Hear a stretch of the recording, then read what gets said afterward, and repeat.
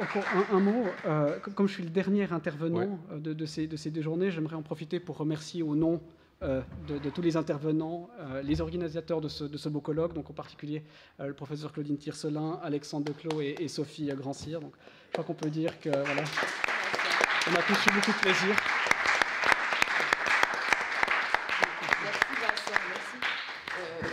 Merci à tous. Je voulais juste vous dire ceci quand même, parce que justement je suis très heureuse que nous ayons eu ces 2 journées très fertiles en discussion, en échange.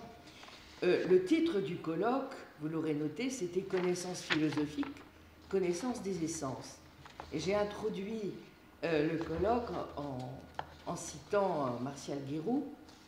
Et vous vous souvenez peut-être que dans la citation de Guéroult disait « C'est philosophiquement qu'il faut défendre la philosophie et métaphysiquement qu'il faut défendre la métaphysique ». Ce que je pense certains auditeurs effectivement pourraient nous reprocher, c'est d'avoir essentiellement considéré comme allant de soi que la connaissance philosophique, c'est la connaissance métaphysique. Et bien sûr, j'en suis tout à fait heureuse, puisque c'est ma propre conviction. Mais je pense qu'il faut, nous autres métaphysiciens, que nous soyons aussi attentifs aux reproches que pourraient nous adresser les philosophes en général, de prêcher trop pour notre chapelle.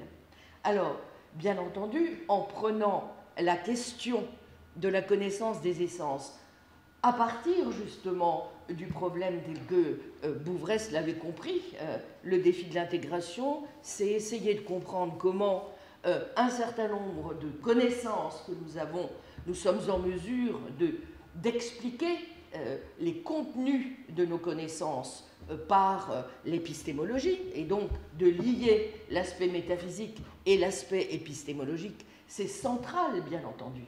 Mais je voudrais dire aussi, et j'ai été très heureuse de ce point de vue, qu'il y ait eu les exposés du professeur Passioni et du professeur Malmodoro, c'est vrai que nous avons eu un peu tendance, c'est un reproche que je nous ferai, de faire un peu de la dentelle scolastique, essentiellement à partir des questions que Vincent a de façon lumineuse exposées pour terminer.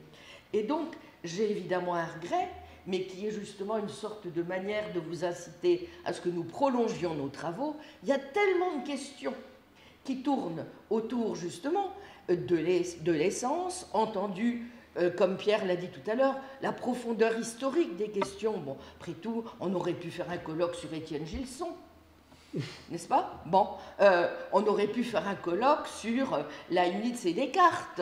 Bon, vous voyez, il y a tellement de manières de rendre compte de ce que c'est que la connaissance des essences, sans parler de toutes les questions que je juge importantes, de savoir si on tient compte en effet de l'aspect épistémologique du défi et qu'on ne le résume pas à ce que l'épistémologie modale nous dit, mais qu'on doit tenir compte des acquis de l'épistémologie tout court, et aussi, comme Max, je sais, et Anna aussi, ils sont très attentifs, c'est à savoir les leçons que nous avons de la philosophie des sciences, vous voyez.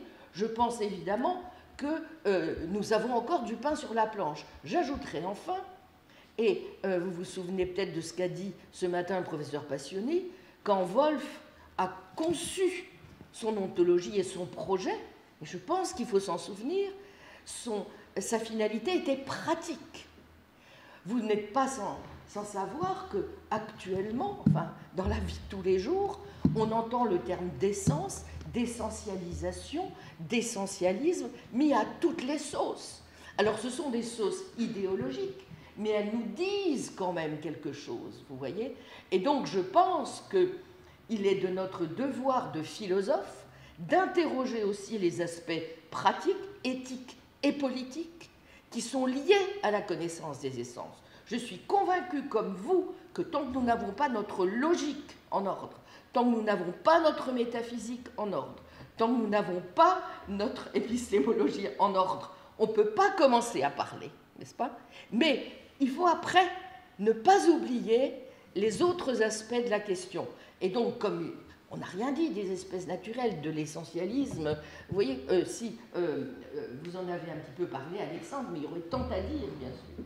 Donc, Ça veut dire simplement, chers amis, que je suis absolument enchantée par les discussions que nous avons eues, mais je les prends un petit peu comme une sorte de point de départ pour d'autres travaux, et j'espère que nous aurons l'occasion de les réaliser ici dans un futur pas trop lointain. Merci à tous ceux qui ont fait l'effort de venir de l'étranger, de nous rejoindre pour ces 2 très belles journées, je crois, qui, bon, en tout cas, moi, me marqueront énormément. Donc, un immense merci à tous, un immense merci à Alexandre et à Sophie Grand-Cyr, sans qui les choses n'auraient pas pu se faire. Merci à tous.